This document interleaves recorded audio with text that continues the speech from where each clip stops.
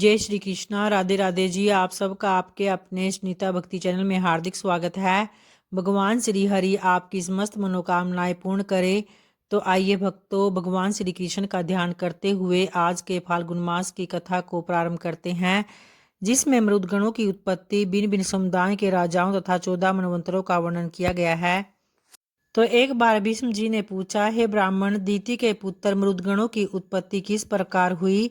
वे देवताओं के प्रिय कैसे हो गए? और देवताओं तो दैत्यों के शत्रु हैं, फिर उनके साथ मरुदगणों की मैत्री कैसे संभव हुई? तो इस पर पुलस्त्य जी ने कहा, हे भीष्म, पहले देवासुर संग्राम में भगवान श्री विष्णु और देवताओं के द्वारा अपने पुत्र पोत्रों के मारे जाने पर दीति को बड़ा शोक हुआ था। तो वे आर्त होकर परम उत्तम भूलोक में आए और सरस्वती के तट पर पुष्कर नाम के शुभ एवं महान तीर्थ में रहकर सूर्यदेव की आराधना करने लगी। तो उन्होंने बड़ी उम्र तपस्या की और दैत्या माता दीति ऋषियों के नियमों का पालन करती और फल खाकर रहती थी। वे कृच्छ, चंद्रायण आदि कठोर व्रतों के पालन द्वारा तपस्या करने लगी। जरा और शोक से व्याकुल होकर उन्होंने 100 वर्षों से कुछ अधिक काल तक तप किया। तो उसके बाद वशिष्ठ आदि मैं ऋषियों से पूछा कि हे मुनिवरों, क्या कोई ऐसा भी व्रत है जो मेरे पुत्र शोक को नष्ट करने वाला तथा इहलोक और परलोक में भी सौभाग्य रूप फल प्रदान करने वाला हो? यदि हो तो बतलाइए। तो इस पर वशिष्ठ आदि ऋषियों ने ज्येष्ठ की पूर्णिमा का व्रत बतलाया तथा दीति ने भी उस व्रत का सांगोपांग वर्णन सुनकर उसको यथावत अनुष्ठान किया। उस व्रत के महात्म्य से प्रभावित होकर कश्यप जी बड़ी प्रसन्नता के साथ दीति के आश्रम पर आए। दीति का शरीर तपस्या से कठोर हो गया था, किंतु कश्यप जी ने उन्हें पुनः रूप और लावण्य से युक्त कर दिया और उनसे वर मांगने का अनुरोध किया। तब दीति ने वर मांगते हुए कहा कि हे भगवान, मैं इंद्र का वध करने के लिए एक ऐसे पुत्र की याचना करती हूँ जो समृद्धिशाली, अत्यंत तेजस्वी तथा समस्त देवताओं का संहार करने वाला हो। तो इस पर कश्यप जी ने कहा, हे सुबे, मैं तुम्हें इंद्र का घातक एवं बलिष्ठ पुत्र प्रदान करूंगा। तत्पश्चात कश्यप ने दीति के उद्यम में गर्भ स्थापित किया और कहा कि हे देवी, तुम्हें 100 वर्षों तक इसी तपोवन में रहकर इस गर्भ की रक्षा के लिए यत्न करना चाहिए। गर्भिणी को संध्या के समय भोजन नहीं करना चाहिए तथा वृक्ष की जड़ के पास न तो कभी जाना चाहिए और न ही ठहरना ही चाहिए।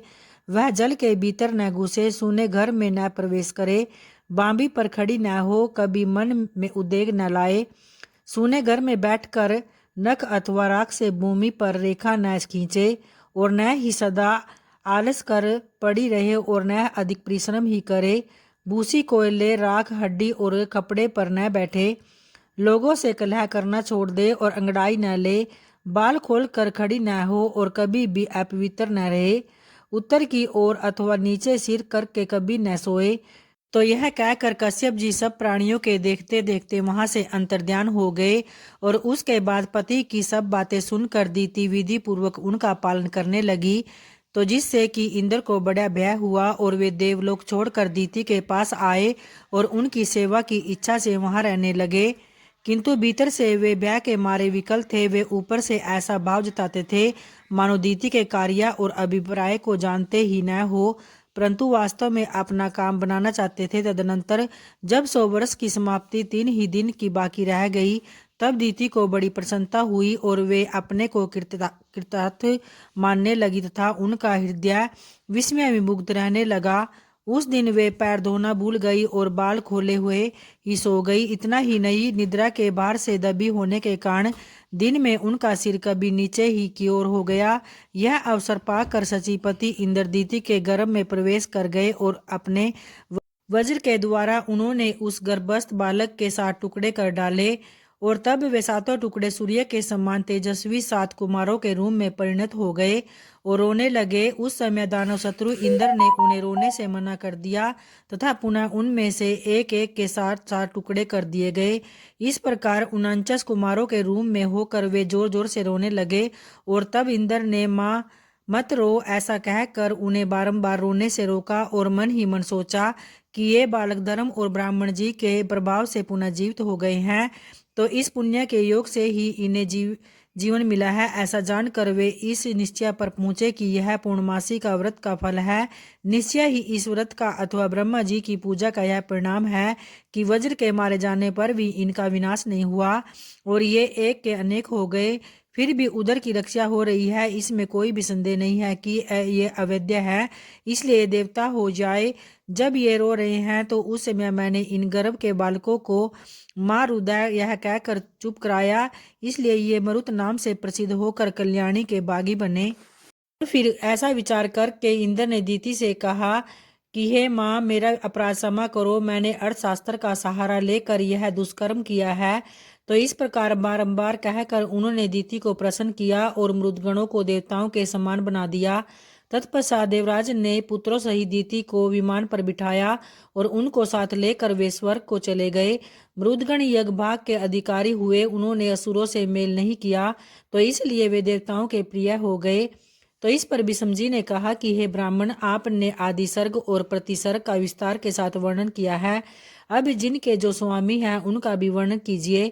तो इस पर पुलस्त्य जी बोले कि हे राजन, जब पृथु इस पृथ्वी के संपूर्ण राज्यभार पर अभिषक्त होकर सबके राजा हुए तो उस समय ब्रह्मा जी ने चंद्रमा को अन्न, ब्राह्मण, व्रत और तपस्या का अधिपति बनाया था। हिरण्यगर्भ को नक्षत्र, तारे, पक्षी, वृक्ष, झाड़ी और लता आदि का स्वामी बनाया। वरुण को जल का, कुबेर को धन का, विष्णु को आदित्यों का और अग्नि को वासुओं का अधिपति बनाया। दक्ष को प्रजापतियों का, इंद्र को देवताओं का, प्रहलाद को दैत्यों का और दानुओं का, यमराज को पितरों का, शूलपाणी भगवान शंकर को पिशाच, राक्षस, पशु, भूत, यक्ष और वेताल राजाओं का, हिमालय को पर्वतों का, समुद्र को नदियों का, चित्ररथ को गंधर्व, विद्याधर और किन्नरों का भयंकर पराक्रमी, वासुकी को नागों का, तक्षक को सर्पों का, गजराज, एरावत को दिग्गजों का, गरुड़ को पक्षियों का, सिंह को मृगों का, सांड को गौं का तथा संपूर्ण वनस्पतियों का अधीश्वर बनाया। इस प्रकार पूर्व काल में ब्रह्मा जी ने इन सभी अधिपतियों को भिन्न भिन्न वर्ग के राजपद पर अभिषिक्त किया।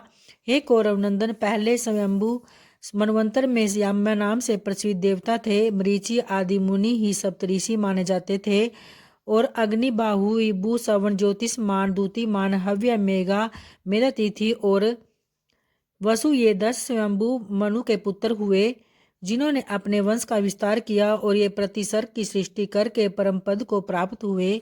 आज की कथा यहीं समाप्त होती है, तो प्रेम से बोलिए भगवान श्री हरि की जय, माता लक्ष्मी की जय। और आइए अब तुलसी माता का ध्यान करते हुए उनकी आरती का श्रवण करते हैं। जय जय तुलसी माता, सब जग की सुखदाता, वरदाता। जय जय माँ तुलसी माता, सब योगों से ऊपर, सब रोगों से ऊपर, रज से रक्षा करके सबकी भव त्राता। जय जय तुलसी माता, जय जय तुलसी माता। बटु पुत्री है श्यामा की, सुरबली है ग्राम्या, विष्णु प्रिया जो तुमको सेवे सोत नर तर जाता। जय जय तुलसी माता, जय जय तुलसी माता। सब जग की सुखदाता, सबकी वर माता। हरि के शीस विराजत, त्रिभुवन से हो वंदित माता। पतित जनों की तारणी, विख्याता तुम ही हो माता। जय जय तुलसी माता, जय जय तुलसी माता। लेकर जन्म विजन में आई, दिव्य भवन में माता। मानव लोक तुम्ही से माता, सुख संपत्ति वही पाता। जय जय तुलसी माता, जय जय तुलसी माता। हरि को तुम अति प्यारी, श्याम वरण तुम्हारी। प्रेम अजब है उनका, तुमसे कैसा नाता। जय जय तुलसी माता, जय जय तुलसी माता। सब जग की सुखदाता, सबकी वर माता। जय तुलसी माता की। धन्यवाद दोस्तों।